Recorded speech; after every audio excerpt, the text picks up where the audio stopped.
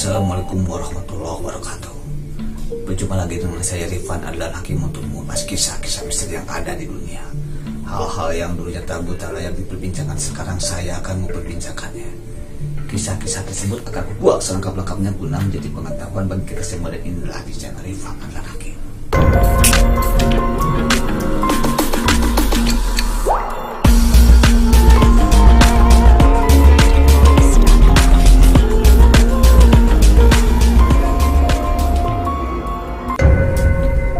Oke guys, pada malam ini saya akan mengisahkan sebuah kisah yang dialami oleh Ega dan kawan-kawan. Dia mengalami sebuah kejadian yang sangat amat horor ketika dia mendaki ke Gunung Cikuray. Tapi sebelum saya mengisahkan kegiatan mereka, bagi teman-teman yang belum subscribe channel saya, silakan kalian subscribe channel kalian, itu gratis. Dan jangan lupa aktifkan lonceng notifikasi biar kamu menjadi orang yang pertama yang menonton video saya selanjutnya. Jangan lupa di like, di share kepada teman-teman kamu, biar teman-teman kamu juga tahu apa yang kamu tahu. Ega, Miki, Ali, dan Irfan adalah suatu kelompok yang ketika lulus SMA dia selalu tetap bersama-sama. Suatu ketika dia melamar ke perusahaan yang sama. Hanya saja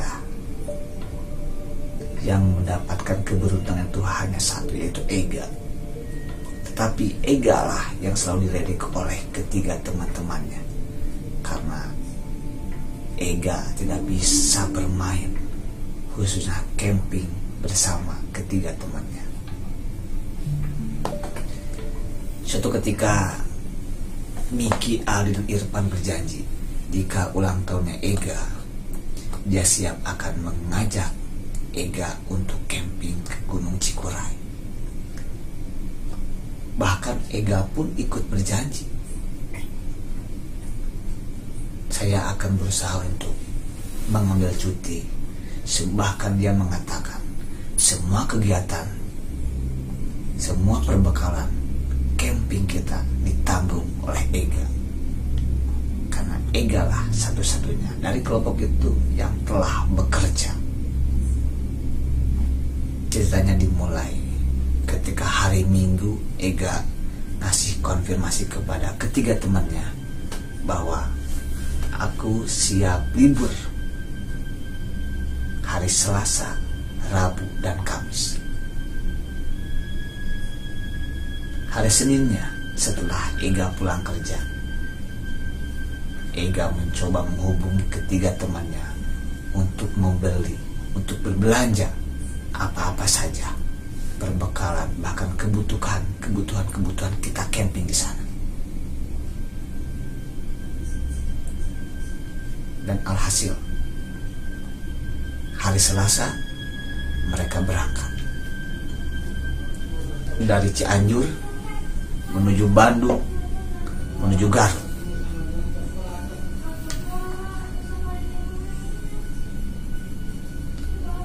Di perjalanan dari Cianjur menuju Bandung itu sudah gerimis.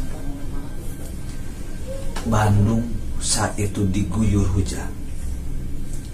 Ega harap-harap cemas, semoga hari Rabunya Ega bisa melihat hamparan pemandangan yang indah beraneka warna di puncak Cikuray, 2.821 meter di atas permukaan laut.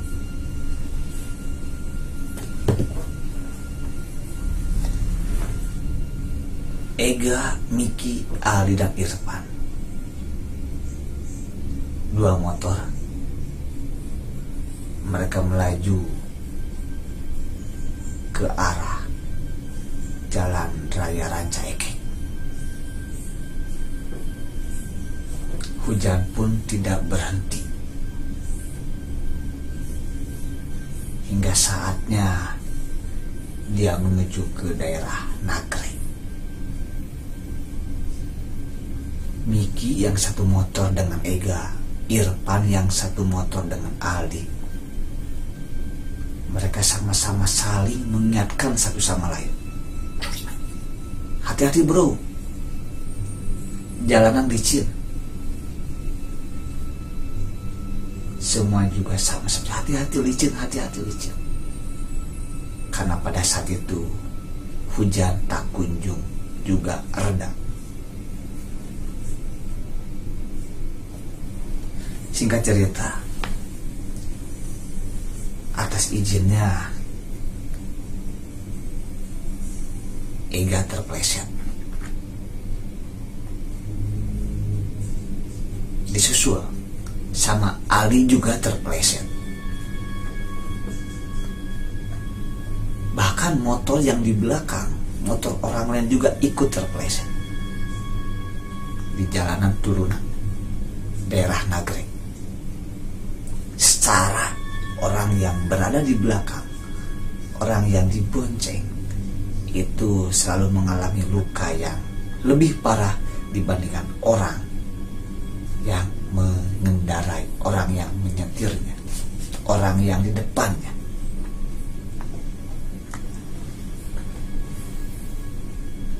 Aldi pun panik, ini gimana?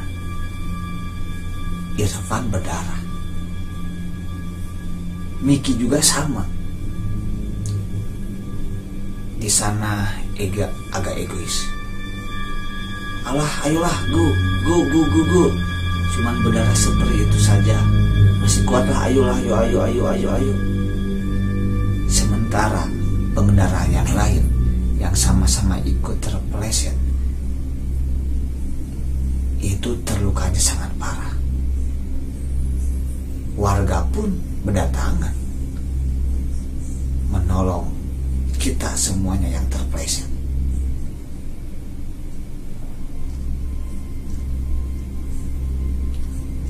Yang ada di dalam pikiran Ega yaitu berdiri di puncak Gunung Cikuray.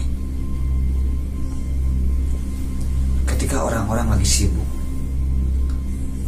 membopong teman-temannya yang berdarah, Ega malah sibuk membetulkan motornya, kembali lagi menyalakan mesinnya. Tiba-tiba Ali agak emosi kepada Ega. Gak, maafkan saya. Gimana kalau kita break dulu di sini?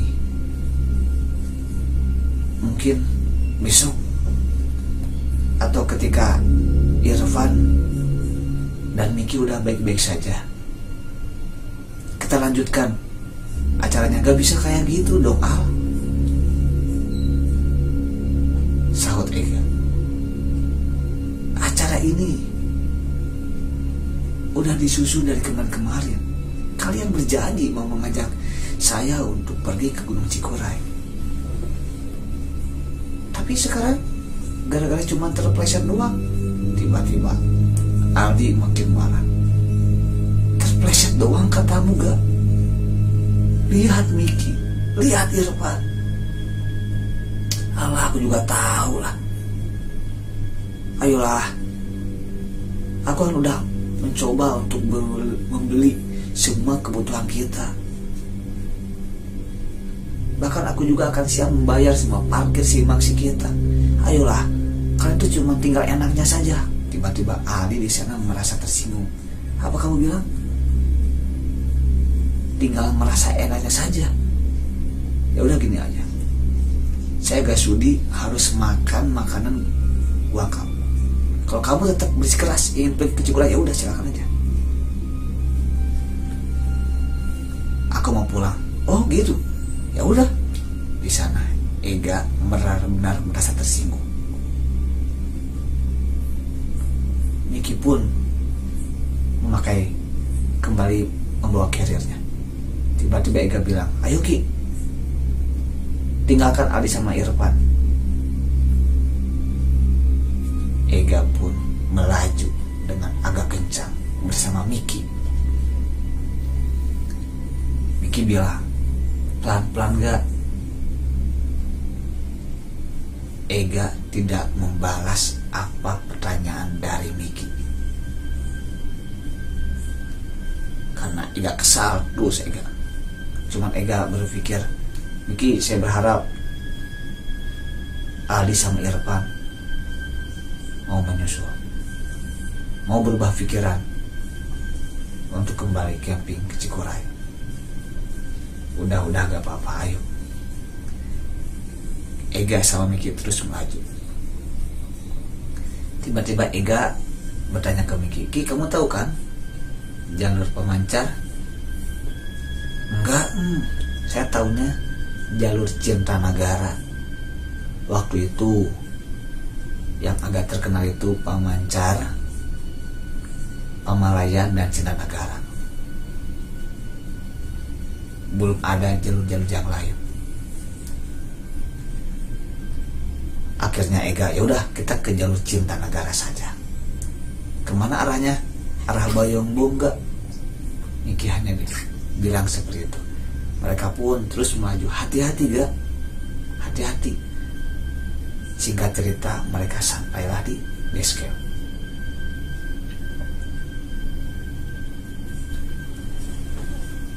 Pada saat itu belum ada base camp. Jadi base campnya itu rumah Pak RW. Jadi rumah Pak RW itu seolah-olah tempat membayar simaksi dan seolah-olah juga tempat parkir motor. Akhirnya parkir motor itu bayarnya 15.000. Per orang juga sama 15.000. Jadi kalau satu motor berdua totalnya 45.000. Lalu Ega membayar uang 50.000. "Mari Pak, saya berangkat." "Ya, hati-hati. Hati-hati ya, Dek. Teman-temannya di mana?" Itu yang dikatakan sama Pak RW. Enggak jadi tuh. Teman-teman saya tuh pada dia malah mengejek Aldi dan Irfan. Pengecut.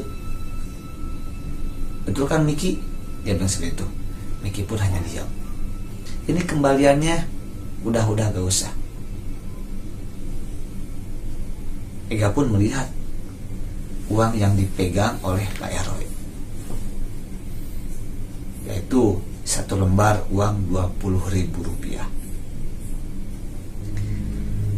Dia dari rumah Pak RW menuju ke pos 1 dengan di jalanan yang bebatuan.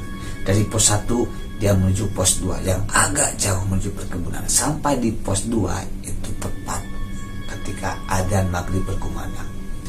Miki menyarankan, "Gak, sholat maghrib dulu." "Iya, saya sholat maghrib dulu."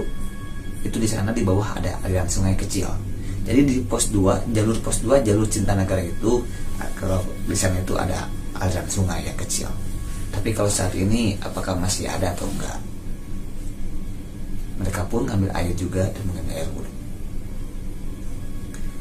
Karena mereka berangkatnya hari Selasa, jadi gak ada pendaki-pendaki yang naik atau turun yang berpapasan dengan mereka. Saat mereka pun sholat maghrib berjamaah, Miki pun bilang seperti ini, "Kita di jamaah aja ya, langsung sama Isya." "Oh ya, siap, Ki." "Miki, makasih ya, kamu memang sahabatku yang paling baik." Enggak, bukan aku sahabat yang paling baik. Aldi dan Irfan juga lebih baik loh sebenarnya." Enggak, hanya kamu aja yang baik." Itu yang dikatakan sama Ega. Nah, dari pos 2 setelah sholat, kurang lebih jam 7:30 dia mulai mendaki ke pos 3. "Ki, senternya mana?" "Aduh, gak ada." "Kamu gak bawa senter, kenapa kamu gak ngomong? Kalau kamu gak punya, biar aku aja beli nanti ntar headlamp tadi." Akhirnya Miki, cuman Miki berjalan meskipun tanpa senter, dia tuh Miki tuh emang lancar. "Hati-hati, awas di sana ada akar." Kata Ega, "Hebat kamu, udah berapa kali kesini? Kamu kan belum lihat, kenapa kamu tahu bahwa di depan situ ada akar?" "Aku juga yang pakai sahaya, pakai senter, kekelihatan," kata si Ega. Udah nyampe di pos 3. Akhirnya, "Ki, kamu gak haus?" "Enggak." Ega malah minum. "Miki, hebat kamu, Ki. Kamu udah berapa kali kesini? Berapa kali camping? Kayaknya kamu setiap minggu pasti kamu camping, sehingga kamu badan kamu kuat banget ya." "Aku udah terbiasa," kata Miki. "Ayo lanjut lagi, cuma sebentar Ki, sebentar. Ayolah. Tiba-tiba ada seorang perempuan yang terdengar suaranya saja.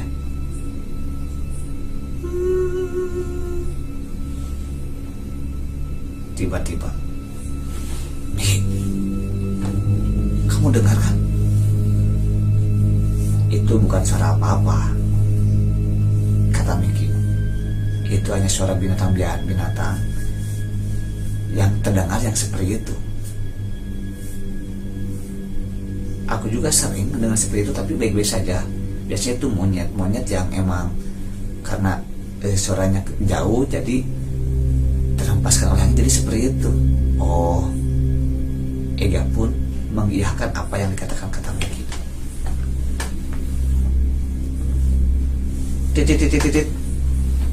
Tiba-tiba, kok ada sinyal? Ternyata ada SMS dari Aldi. Kamu di mana? Katanya. Aku lagi di pos 3 sama Miki. Tak.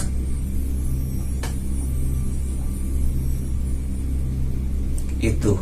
Lalu dia ngechat lagi. Serius? Gak? Dia seperti itu. Ternyata tidak dihiraukan oleh Ega. Terus menuju ke pos 4. Ternyata dari pos 3 ke pos 4 itu agak dekat. Hanya saja dari pos 4 sampai ke pos 5 itu tanjakannya itu emang terjal. Orang-orang menyebutnya tanjakan roheng. Tapi di sana Ega salut banget kepada Miki, karena Miki tidak sedikit pun merasa kecapean. Malah Miki terus aja support. Go. Ayo. Dari pos 5 ke pos 6, dari pos 6 ke pos 7, hingga sampailah di pos menuju ke puncak. Dari pos 7 menuju ke puncak. Ayo cepat, sedikit lagi puncak. Ki, sebentar dong Ki, sebentar. Ayo sebentar. Ega benar-benar merasa banget.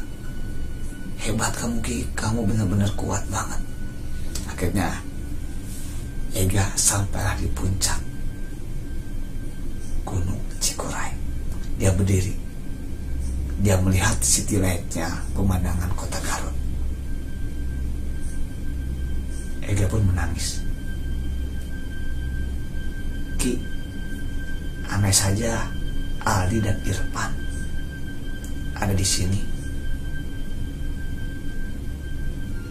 Pasti saya gak akan pernah sedih ini. Sekarang janji aku sama kamu lunas ya, bahwa aku akan ngajak kamu di hari ulang tahun kamu ke Gunung Cikuray. Makasih ya Miki, kamu telah menepati janji kamu kepada saya. Aku juga telah menepati janjiku kepada kamu. Semua peralatan, semua kebutuhan logistik apapun itu saya yang tanggung. Yaudah, Ega mendirikan tenda, dan setelah mendirikan tenda, mereka masuk. Lalu Miki berkata, "Kak, selamat ulang tahun ya."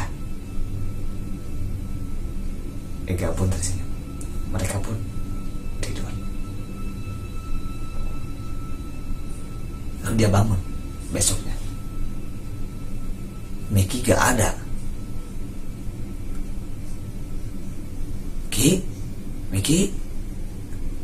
Miki.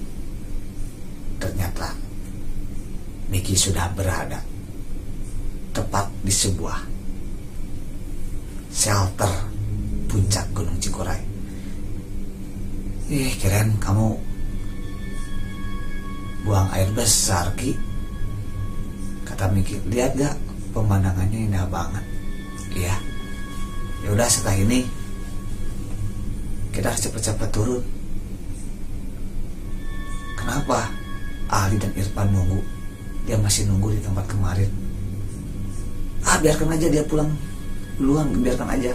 Ayolah. Mereka pun bergegas karena ayolah Ga, kamu gak boleh egois. Bagaimana juga mereka adalah sahabat kamu. Ega pun turun. Di sana Ega berjalan, Ega berdua tapi seolah merasa sendiri. Sekali-kali Ega manggil Miki, Miki. Tiba-tiba ketika Ega melihat ke belakang, Miki hanya kayak gitu, hanya mengacukan jempol.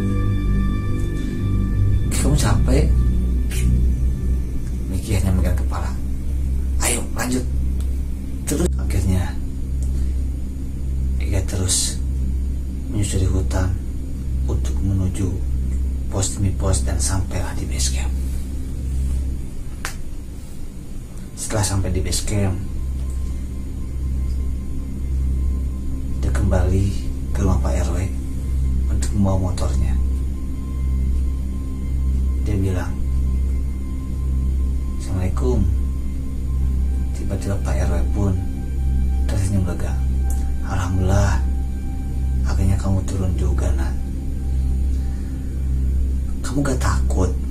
Ya enggak lah, meskipun di puncak hanya kita berdua, tapi pemandangannya indah banget. Itu yang dikatakan sama Ega kepada Pak RW. Pak RW pun memang terheran-heran. Akhirnya berdua, itu yang kata-kata yang dilontarkan oleh Pak RW.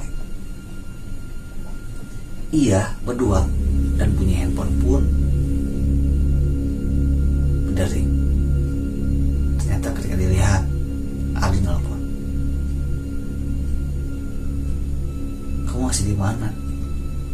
Katanya. Ega pun menjawab, Alhamdulillah Al, saya sudah sampai, sudah turun, sekarang lagi di base camp di rumah Pak RW bareng Miki. Miki? Kata Ali. Iya, Miki. Santai-santai sekarang saya mau pulang. Posisi kamu di mana, Al? Kami, kata Ali, kami berada di lokasi kemarin, tempat kita terpeleset. Ya udah, kamu manja banget deh. Ya udah saya kesana.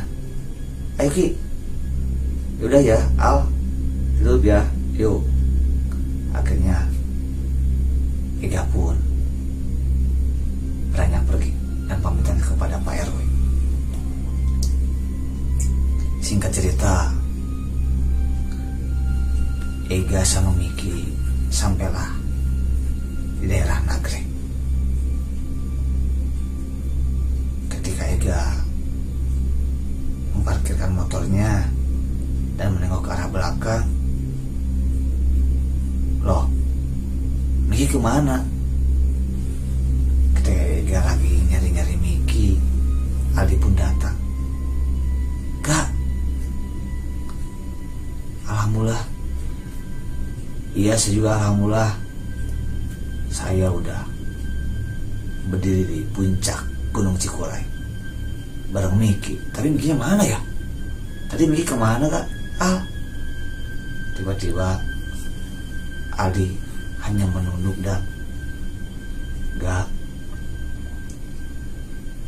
Miki udah gak ada. Itu yang dikatakan sama Aldi. Ega pun heran. Gak ada. Gak ada apa maksudnya? Miki udah meninggal, Kak. Udah meninggal. Dia udah mati dari kemarin juga. Enggak. Ini ada yang gak benar. Jelas-jelas gue kemarin pergi ke puncak Gunung Cikuray bareng Miki. Miki yang menunjukkan semua jalannya, semua treknya, mulai dari parkir di tempat Pak RW, dari pos 1, bahkan kita melaksanakan salat berjamaah di pos 2. Ada tanyakan rohing, bahkan kita juga sempat dipoto. Tapi kata Ali, istighfar. Lalu Irfan pun menghampiri mereka. Gak bener apa yang dikatakan sama Ali. Enggak, kalian pasti ngawur. Lihat nih, aku dipoto sama Miki. Ega pun mengambil handphonenya dan dia menunjukkan foto-fotonya. Tapi anehnya, dari semua foto-foto berdua bersama Miki, dari semua foto-foto Miki, semuanya gak ada gambar Miki.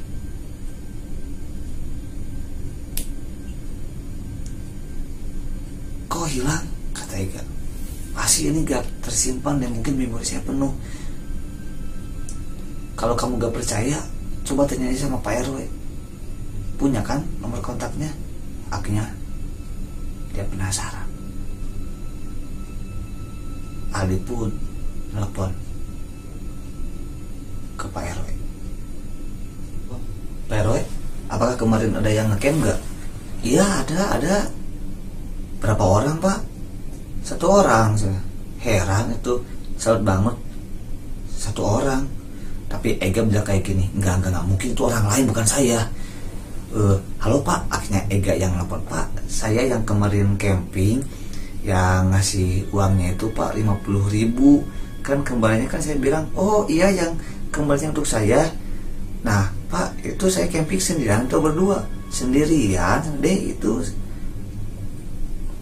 Akhirnya ya udah Pak, makasih.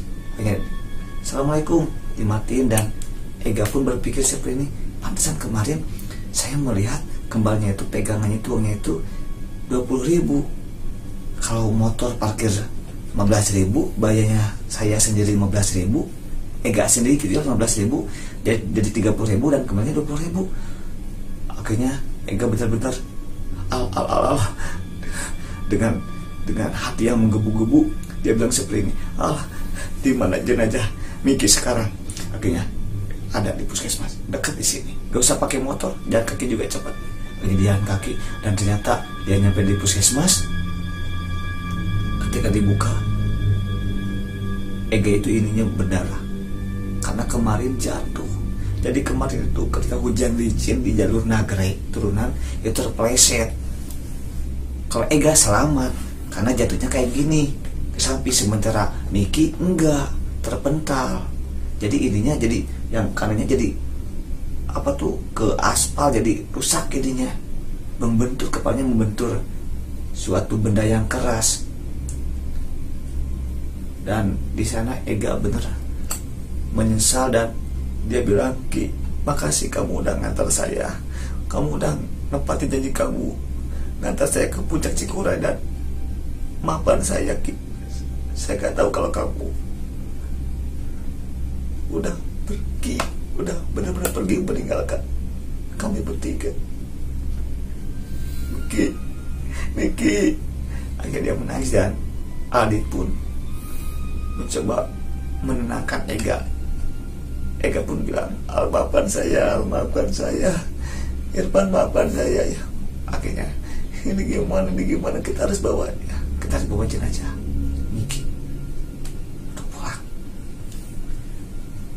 Itulah cerita kisahnya Ega.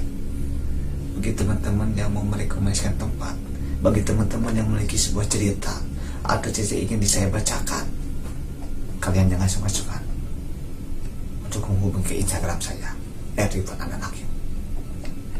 Terima kasih, jaga kesehatan, jangan lupa kemana-mana pakai masker, mau apa-apa juga tangan kamu coba pakai sanitizer, dan semuanya. Wabillahi taufiq wal hidayah. Wassalamualaikum warahmatullahi wabarakatuh.